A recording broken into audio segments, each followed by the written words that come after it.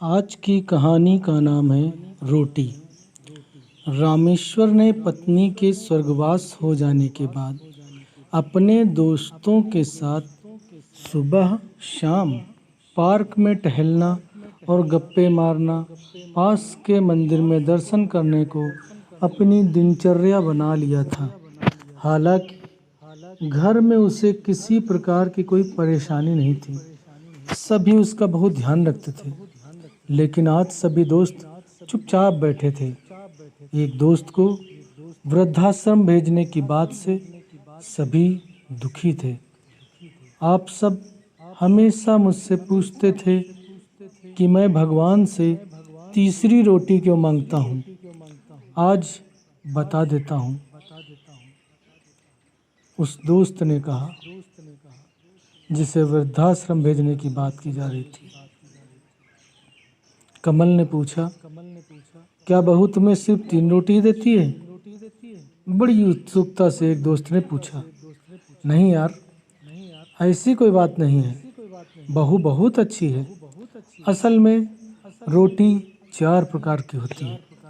पहली सबसे स्वादिष्ट रोटी माँ की ममता और वात्सल्य से भरी हुई, जिससे पेट तो भर जाता है पर मन कभी नहीं भरता।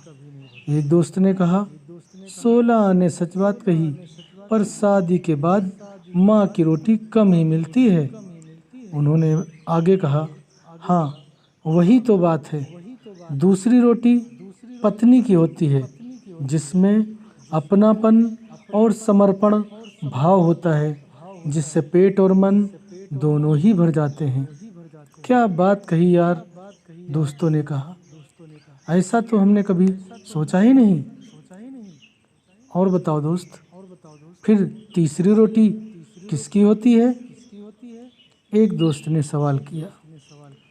तीसरी रोटी बहू की होती है, जिसमें सिर्फ कर्तव्य का भाव होता है, जो कुछ कुछ स्वाद भी देती है और पेट भी भर देती है और वृद्धाश्रम की परेशानियों से भी बचाती है। थोड़ी देर के लिए वहाँ चुप्पी छा गई। लेकिन ये चौथी रोटी कौन सी होती है? मौन तोड़ते हुए एक दोस्त ने आखिर पूछ ही लिया। चौथी रोटी नौकरानी की होती है, जिससे ना तो इंसान का पेट भरता है, ना ही मन तृप्त होता है और ना ही उसमें कोई स्वाद ही महसूस होता है। कोई गारंटी नहीं होती है कि स्वाद मिले, पेट भरे और मन की तृप्ति हो। तो फिर हमें क्या करना चाहिए यार? दोस्त ने पूछा। तो कमल ने बताया, माँ की हमेशा पूजा करो, पत्नी को सबसे अच्छा दोस्त बनाकर जीवन जियो, बहू को अपनी बेटी समझो और छोटी मोटी गलतियों को नज़रअंदाज कर दो। बहू खुश रहेगी तो बेटा भी आपका ध्यान रखेगा। यदि हालात चौथी रोटी तक ले ही आए तो भगवान का शुक्र करो कि उसने हमें जिंदा रखा हुआ है।